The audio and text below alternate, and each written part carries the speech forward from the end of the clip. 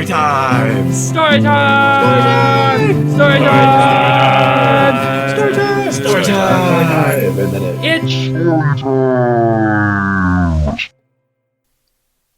Timmy, what are you doing? I'm dancing, Chris. Are you sure? It looked for a moment like you were having a seizure or something. Stop being a hater, Chris. It's a party. Timmy. Oh, what's that on the floor? Are those coffee cups? No, they're not. They're Timmy, I thought you were quitting coffee. Yeah. Well, then I found out that we were having a party, and so I caved. And I had a few sips. There's at least 9 cups on the ground, dude. Well, anyway, my name's Christopher Fox.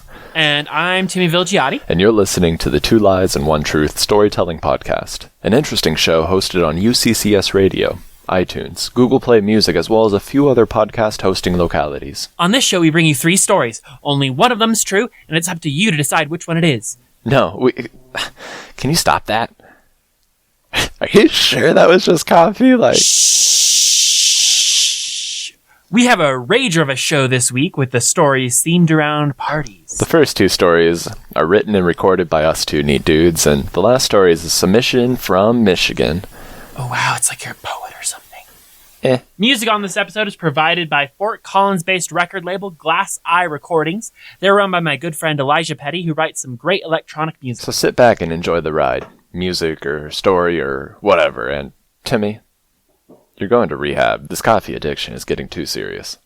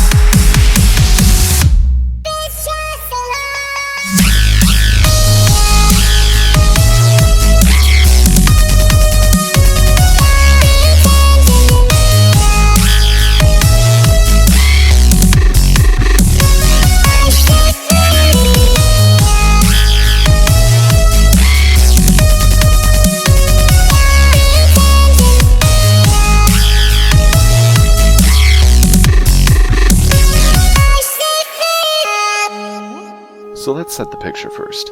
The location is a fraternity house, and there's going to be a party. But not just any party. It's going to be the party of the year. Black lights and all, and... well... wait. Let's back up a bit. Let's back up to the previous week. The previous week when we had a pretty sweet party. It was a normal one. And... normal was starting to get lame. The other guys had already slept through the initial freshman wave of one sorority house and pissed off the others, so only a few girls were even still coming to our parties, and this wasn't good. Something needed to change. And that something came in the form of a badass character that we'll call Q. Q would, in a few weeks, get arrested, but we'll talk about that another time. Until then, Q will simply be known as the savior of our fraternity party scene. This guy did not give a shit, openly calling the president of the House a pussy, calling out the chef for the same, and all the brothers for being pussies for not knowing how to party, not knowing how to have a good time. Because Q knew how to rage, and have a good time while doing so. He also didn't care who it was with. Now he was sick of what was becoming normal. So on a certain Thirsty Thursday, what was on a tail end or middle of a 2-week binge of drinking every day, he said, "I'm done with this." He formed a committee with the stoners of the house. There were a few of us. We met in cars and other hiding places to smoke for long periods of time, often discussing house politics, taking part in group singing, or just general laughing. That Thirsty Thursday, though, Q wanted to discuss social politics. He said, "We're a bunch of pussies, and becoming jokes on campus." The stoners didn't stand for such a statement and tried to offer a response, but he was right. "What do we do then, Q?" Q sat there, then said, "We have a party." We all agreed, yeah, a party, and started to think of who not to invite, because some of the frat rats had slept with too many dudes, so there had to be a list. I mean, those girls would come anyway, but it at least started the conversation. Q said, "Guys, no." He took over. He said, "Let's have a blacklight party and invite everyone, and then have everyone invite everyone. Let's rage." The stoner committee then agreed then and there, and sealed it with a bowl. Now, I agreed a little quickly, and forgot about my new girlfriend's best friend was coming into town with her ROTC boyfriend. Both rather interesting individuals, but both not much into the party scene, or at least that type of party scene. Forgetting that, though, I texted my best friend. I said, "Bro, party of the year, tomorrow night, UN, ? Now, he was on a soccer scholarship and didn't do much in his town, or just couldn't do much, but he could drive 2 hours away and get smashed with me. Of course he was in. Party set and match. I just needed to juggle my best friend, my new girlfriend, and my new girlfriend's best friend. I'd been able to do this before, at least the juggling act. Not necessarily the situation. You see, the fraternity house was massive, and I had the soon-to-be new girlfriend on the 3rd level, and then another girl on the main floor, not but a few weeks prior. I was pretty sure I could handle the balancing act this time, but ultimately I was wrong. Backing up, though, the stoner committee was able to hold a secret all the way through that Friday. I mean, we hid what we did anyway, so it wasn't hard. Some of the members went out and got the lights and other necessary things. Others of us did what we had to do. I'm not sure what anyone else had to do, but I had to convince my new girlfriend that the party was going to be a chill time, a place that her friends were fine going to, and I had to do it quick, because my friend was coming into town and we needed to start pre-gaming. It was already almost 2 anyway. God. In retrospect, I don't think I convinced her. But I left her dorm room anyway. She was on what was known as a tour floor, which created some very awkward encounters with incoming student tours. So I was stoked, at least when I left her room that day, that no large group of high schoolers were in the hallway. I got to my room after leaving with ease, and met my buddy who just got in. And we went right over to the house and we started the Power Hour pregame, which turned into the 2 Power Hour pregame and dinner extravaganza, which then turned into a long session of smoking, which turned into beer pong and shots. It was then that it was starting to get dark. As the night progressed, my buddy and I both thought it was kind of lame, so we snuck back in for another quick sesh, talked over life, and just catching up, and then my buddy kind of partially fainted / passed out in my car, which meant we needed to go back inside to start drinking, like, for real. For real. And that's when it happened. Something magical. The party erupted into something I had never seen. 300 to 500 people easily had to have been there throughout the entire night at any given time. Like, you couldn't even walk around. There were so many people. The beer pong cups had highlighter fluid. Everyone was writing highlighter on people, walls, everything. It was wild. And so we drank. And I completely forgot about my girlfriend and what I had to do until she tapped me on the shoulder. "Hey, this is Marcia." What? Who? "Are you drunk?" What? No. The music was loud in my defense, and all the people were loud, so it was a little hard to hear. You are drunk and high, aren't you? Her friend kind of perked up at me being high, but I denied it all and said, It's a pleasure to meet you, Sandra. She didn't correct me, so I continued to try and meet her boyfriend, and this is... His name was You Won't Remember. I thought it was kind of a weird and douchey name, but they left, a little disgusted and ashamed that this person they had known for so long was involved with the likes of me. Screw him. That dude's name was on point, because as soon as they dipped, I forgot that they were even there. I locked arms with my fellow brothers, spilling beer all over the place and people, and we gave the best rendition of several of our favorite songs to everyone present. We even stopped the music and told everyone to shut up and listen to us. That would result in multiple high fives around campus for weeks, and, well, that's getting a little ahead. Though, I don't recall much else from that night. I don't actually recall much from that semester. We went hard and often and a lot. That party was just the highlight of so many parties and great people. 2 guys from my pledge class of 20 would actually graduate from that university, which was a norm. The lifestyle was too much, but it didn't matter. At least we have the story of that blacklight party. Well, as far as we remember, that is.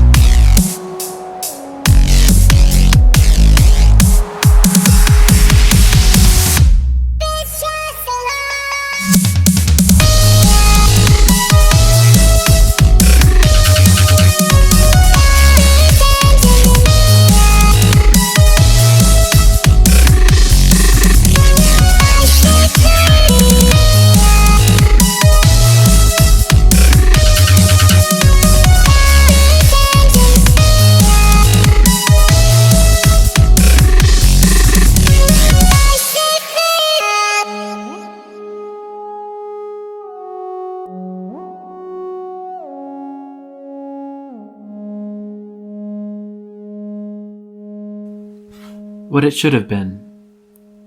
A room full of strangers youthfully destroying their livers. Dancing, maybe. Singing along to their favorite songs. By some chance, I'd meet another asexual and we'd fall in love and end up kissing in the hallway wearing funny Halloween costumes.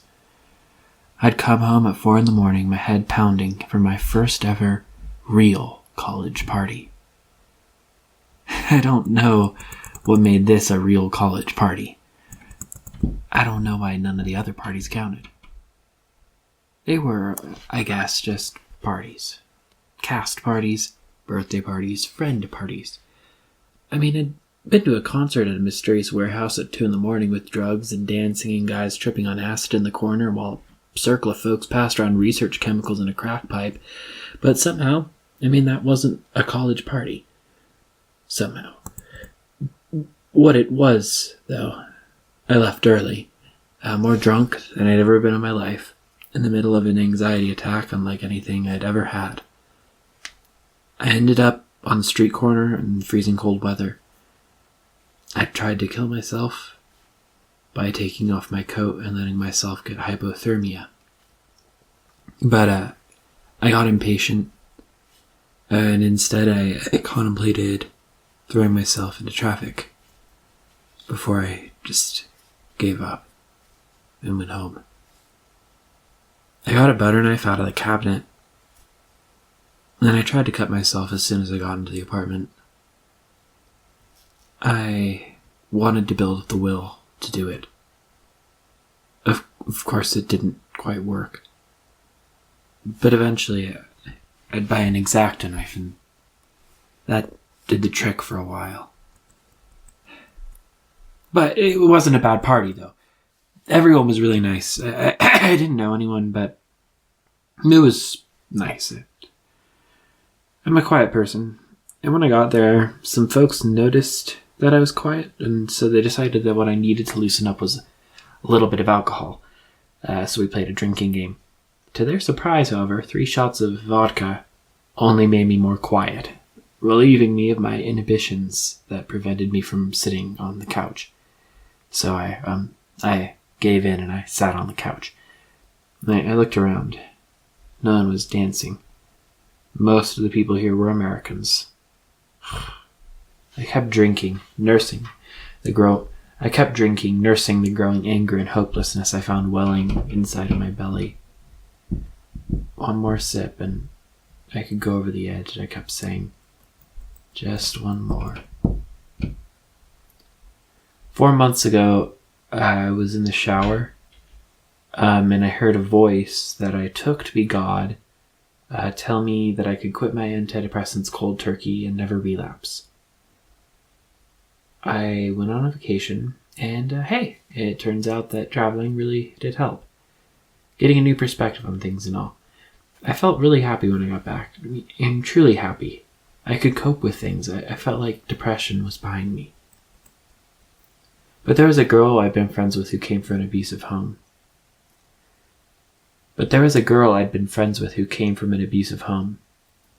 I suspected it from the moment that we first spoke, and my suspicions were only confirmed as time went on. There was a moment when she came clean to me, when I needed to call the police. I talked to the hotline over the internet instead, and nothing happened. They needed more information, and I got afraid. I chose to do it the hard way. When it happened, I said to myself, this is really going to hurt in the morning. And I meant it in 2 ways. For one, I stayed up with her until 5 in the morning. And then, beyond that,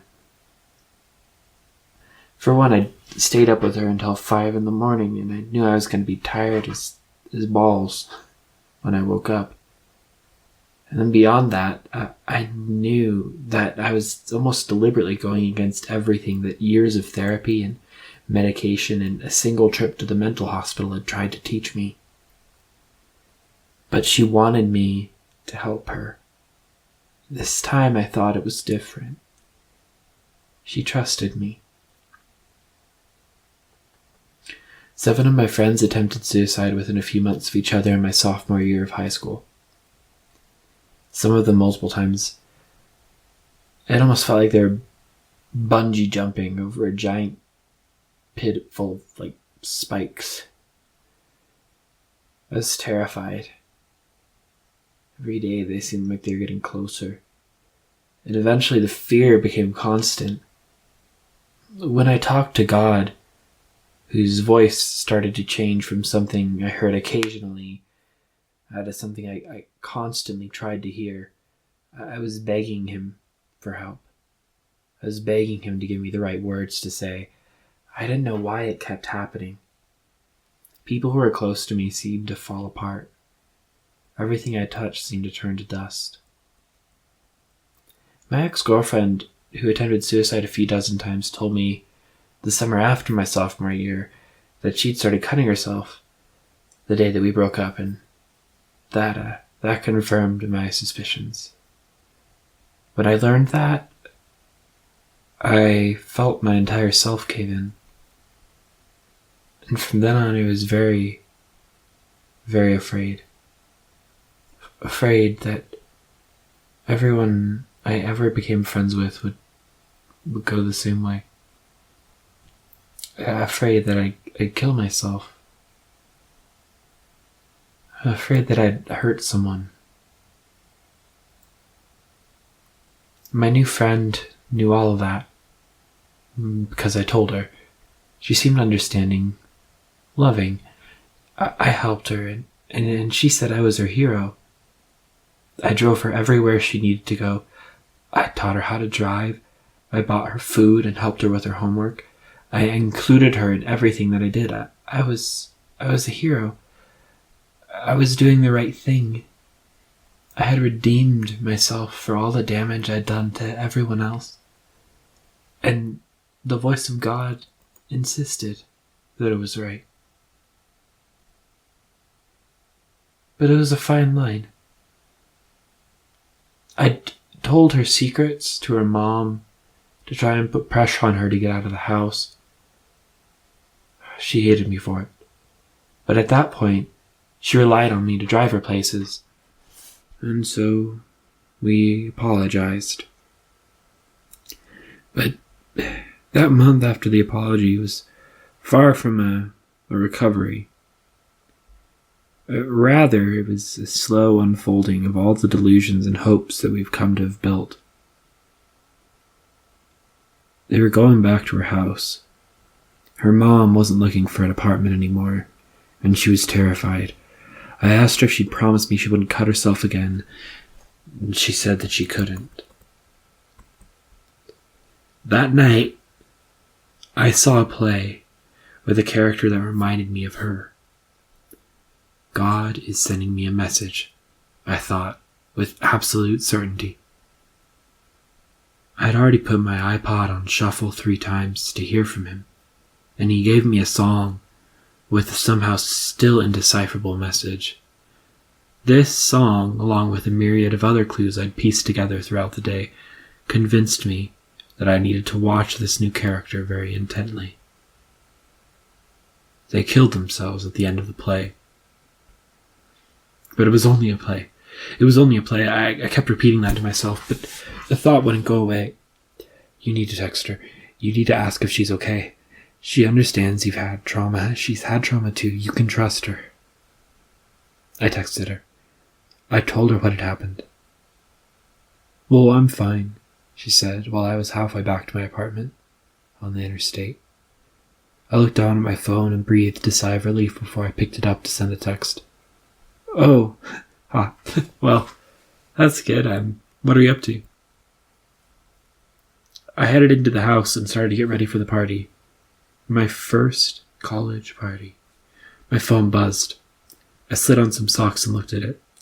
Oh, I'm just petting my dog, contemplating suicide. Lol. My stomach sank.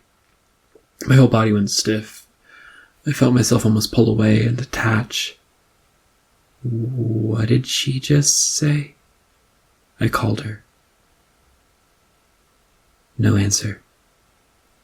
I left a message, and I tried to say all the things I remembered God telling me were good things to say to someone trying to kill themselves. I waited 5 minutes, and then I called again. She was at the house. Oh, they'd just gone back. There was probably a fight. I'd listened to fights there in the past. I'd seen them. Her dad was probably drunk. She could be in danger. I tried to call again, and this time left another message. I walked for about 15 minutes and called 5 times or so before I got to a coffee shop on the way to the party. What the fuck? Lol, she asked. It took a few more texts to realize that she was joking. Looking for a reaction. My counselor told me that was what my ex-girlfriend had done to manipulate me. The panic in my mind started reeling out of control. I arrived at the party in a bit of a mess, but the vodka the strangers gave me did the trick. I got terribly drunk and I started texting her, trying to explain that I felt like she was acting insensitively. After the moment on the street corner, I planned to kill myself for about a month. I was going to throw myself off a building, Either the parking garage or the balcony with a noose, probably. In preparation, I cut myself on the hips instead of my wrists, and eventually moved up to the upper arms where I knew no one could see. On the recommendation of my ex-girlfriend, I bought a bottle of concealer to cover up the scars. I didn't go to the hospital because I don't know, I should have. I stopped, though.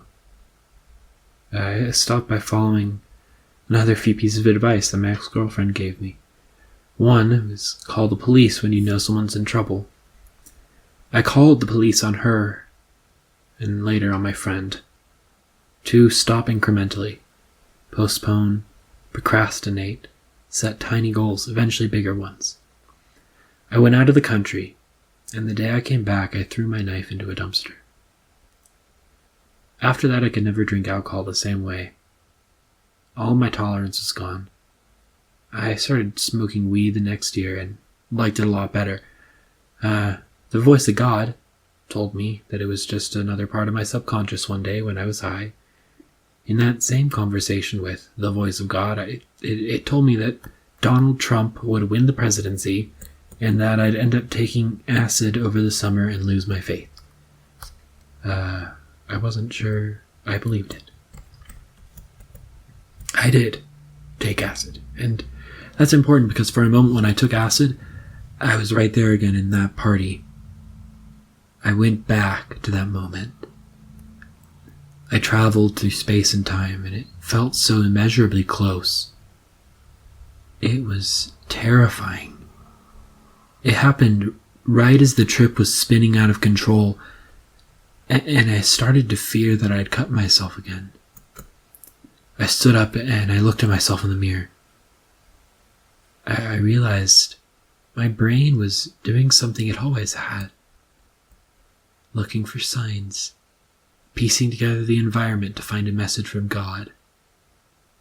And it only made sense when I was on acid. That, I think, made me realize how crazy all that really was. I had a second chance in that moment to walk away from that party. I did it. In my mind, I stood on that corner where I would have started trying to freeze to death and get run down by traffic, and I wrote a poem. Every word of that poem felt like I was making love to the universe. I could hear its sounds and sensations closing in around me. The past had been undone by the poetry of the present.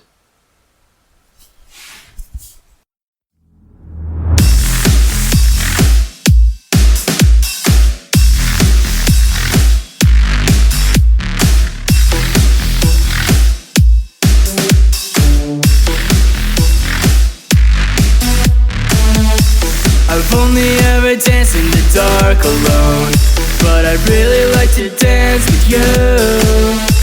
Tonight could be the night. Yeah, tonight could be the night. Are you lying to me? The woman demanded. Bitch. It was New Year's Eve, and a crowd had begun to form at the home of one of our distant friends. We had arrived early, naive to an extent as to what the party would be like. We were probably the youngest in attendance and still underage, a condition which had on many previous occasions prevented us, conscientiously, from attending similar events. This evening, generally, we together wore our common mood, the mood which we were often in when we were around each other, which, due to our familiarity and the length of our friendship, had solidified into something quite reliable. Normalcy. We dressed as though we had not dressed up. We arrived like hopefuls who had never been kissed. A shadow of insecurity was upon us, but we were bright, rattled with excitement. We had carefully chosen our clothes, but only chosen them because it seemed obligatory. The clothes we had worn through the day had been worn through, as though they were ready to go to bed. And it was time to bring something out that was well rested and could stand up against the trials of an evening full of unknowns. I imagine my t-shirt yawning under the light of someone's kitchen, debating whether or not it should try for a midnight snack, or just give up and hit the floor. The fridge at the party was a cooler. My outfit was cool. I wore my red jacket, a piece my parents loathed for its shapelessness, which I'd found snoozing on my desk chair. A pair of stretchy black pants which were ambiguous in disguising themselves either for work or for the gym. I wore a jade necklace my great-grandmother had given me for good luck, and a thin pair of black gloves. My friend's bright eyes seemed out of place, but her yellow hair matched everything. The volume of the music was not excessively high, nor was the vibration of the bass strong enough to feel. But we knew the music and began to enjoy the party. The woman flipped her hair and spun around, the first to leave, though the party had hardly even begun. She had glitter on her bottom and wore flats. Her hair was the hair of a down-to-earth person, and her makeup was unusually colorful, although quiet. It seemed the glitter was an accident, for it was concentrated onto a single butt cheek. Her friend followed her out, and they drove somewhere else, presumably still to celebrate. The woman's friend noticed the glitter as her friend strode across the living room floor, and as the door swung open, she swatted the glitter like a fly off her friend's ass, causing her to exhale sharply like a bust balloon. I would come to tell this story to someone for whom it would leave almost no impression, as we drove along the road one dark night, heading deeper and deeper into the valley of Glenwood Springs. But the story seemed to me as though it had occurred to me in the flesh so that later I could tell him. I fantasized that he had been a fly on the wall when all of this had occurred, that he was my all-knowing confidant, and that I had not been out of place with him. David. At the intersection of two stories, you're neither here nor there.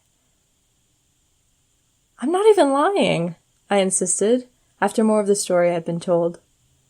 I felt pressured to justify it in advance. At that time, there was nothing I could do to want to stop the flow of experiences. Uh-huh, he said, jaded, or disinterested. The road stretched on. We were further out than I had been before. The sky was darker and the stars were brighter. I wasn't sure how he felt about me, but we had been seeing each other for several months. Our relationship...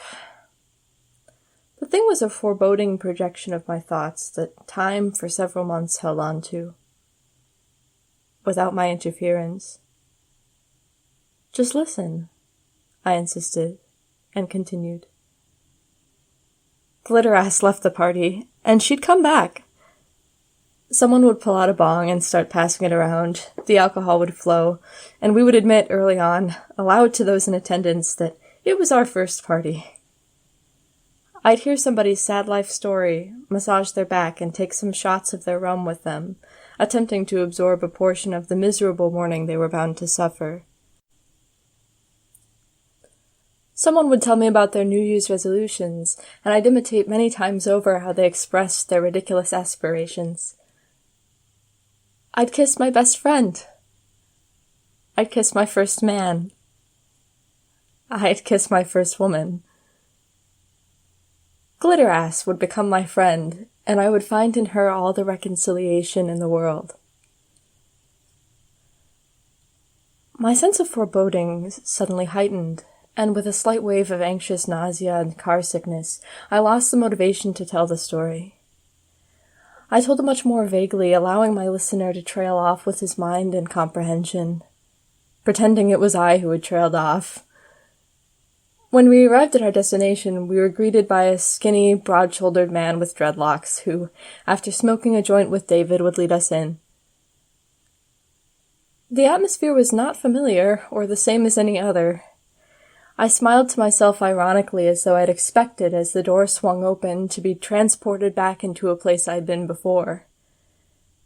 I did not need the distraction of anything that this party had to offer me, so I attempted, like some sort of ethnographic researcher, to simply mingle, collecting comments, generating questions. The gathering seemed in this way to drag on. I lost sight of David after a while, or rather, he lost sight of me. when he was in my sight, not that I had been vigilant in keeping him there, he was vacant, ordinarily high as usual. I had the desire to question him also, just as I had been subtly doing all night to everybody I met. But he was not easy to question. I sat on the couch with some people who were not interested in me, nor I in them. The dull, dense fibers of the couch matched the feeling of the dull, dense, and drugged feeling of the party, the stuffy night now wasting away, languishing on the couch indoors with its cold. The couch sat heavily on the floor, and all the more when I added my weight to it, I reflected. I strongly preferred to go outside. Outside I felt like a veteran.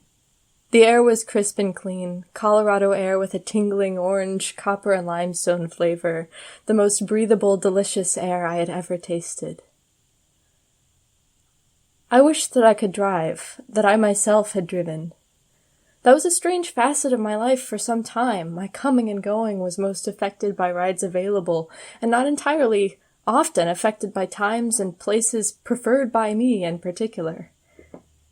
If someone was heading off campus, I might tag along, not because I wanted to go then or go where they were going, but because I didn't have transportation, and it seemed like it might be my only chance.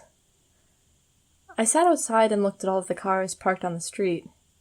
I imagined hitchhiking back to campus. 40 minutes I knew would feel uncertain and miserable.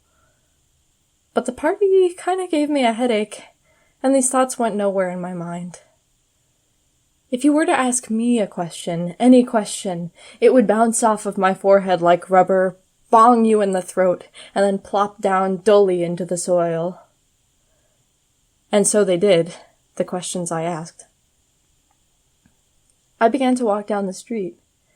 After encountering a cul-de-sac, I turned around and found another street to walk down. I snaked back and forth up several parallel streets and then back. The streets seemed to get longer and longer, the air colder and colder, and eventually I was sure I could fall asleep right where I was standing. But in my shoulders and neck I could still feel the pressures of the night beckoning me back to the party, where I supposed I would be expected. I returned to find them all dead. I'm just kidding. They, or most of them anyway, had taken acid. And to me, by the way things felt and seemed, they might as well have been dead. I was in my own world then, a world full of sudden sorrow and abhorrence toward... I didn't really know what toward. Suddenly, we all just seemed like separate species. Different relationships to the earth, to the ecosystem, to each other. All sustained by separate substances which would dictate where we stood in that ecosystem, what trophic level we existed on. They were high, and I was low. I announced that I would be leaving, and nobody seemed to hear me. The music still blared. The ceiling seemed to have lost its sense of identity, and the couch seemed to have let itself go. The house and all its occupants forgot themselves. But I could not forget myself, even if I wanted to. And I didn't even know who to ask so that I could take acid too.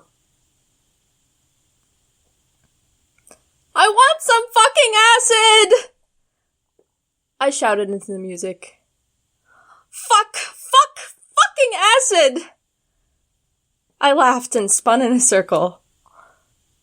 Then once again, invigorated, I stepped outside. I shook viscerally from the cold and exhilaration, shook hands with the trees, shook the carpet off of my feet onto the dirt outside. The trees shook their branches and my clothing shifted neatly as I walked. Under a portion of soggy ground, it seemed the earth was crying into me as I tread so harshly upon it. But the bright light of a gas station convenience store greeted me happily. "Good evening," I said to a woman at the counter, breathless and grinning. "Good evening," she replied. And I continued the story I'd been telling when David and I pulled up to the party.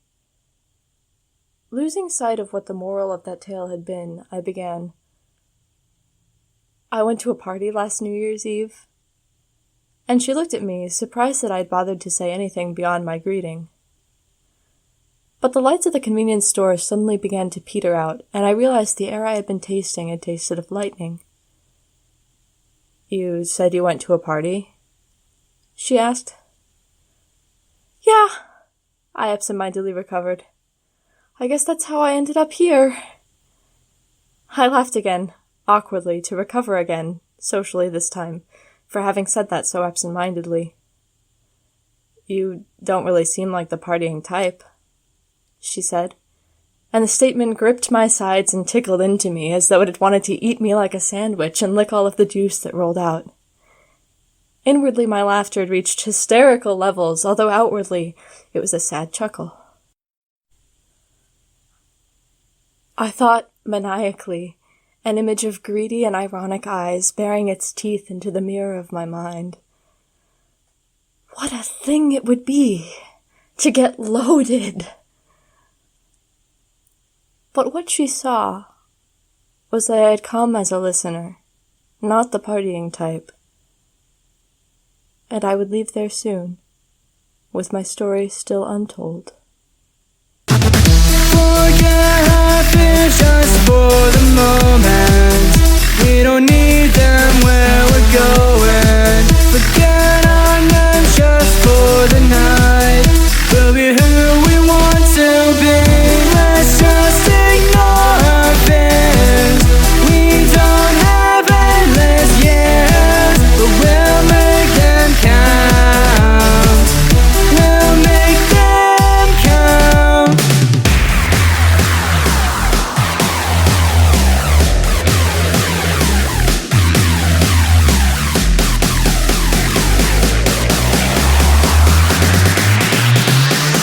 We'll make them.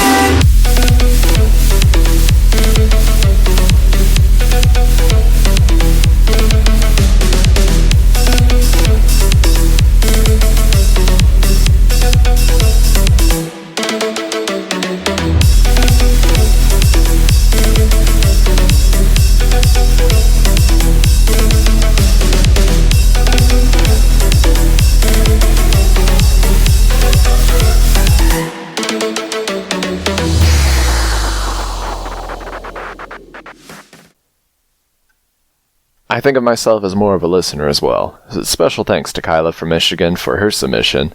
Look for more stories from her in the foreseeable future. Looking for more stories from her in the foreseeable... What? That's your cue. Timmy? Timmy. Hey man. Hey. Are you okay? Is it tomorrow already? Timmy, I think that you might have had a little bit too much caffeine. Ugh, stop yelling at me.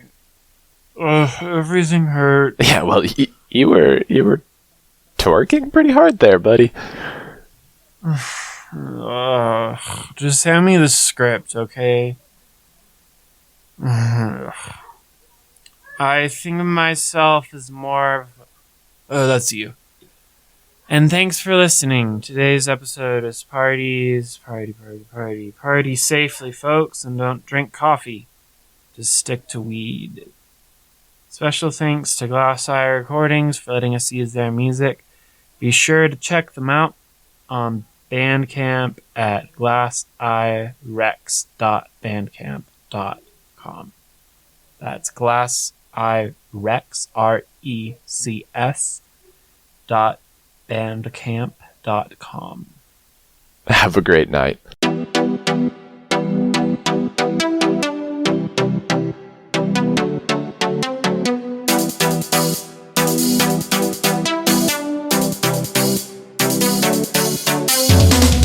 What the fuck did you say about me, little bitch?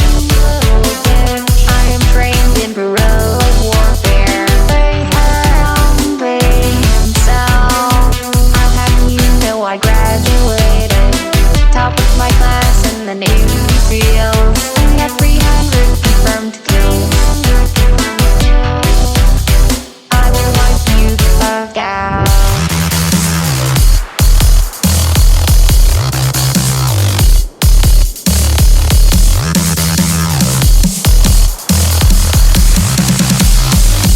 you the fuck out.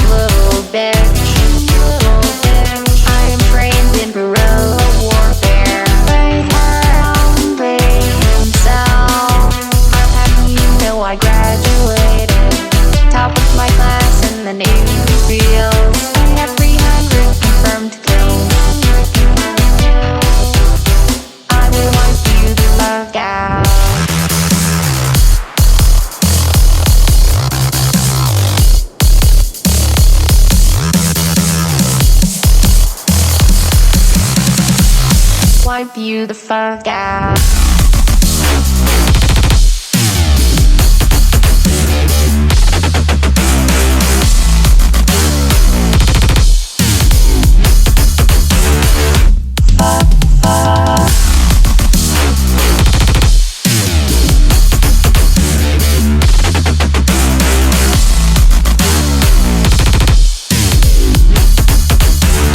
Wipe you the fuck out.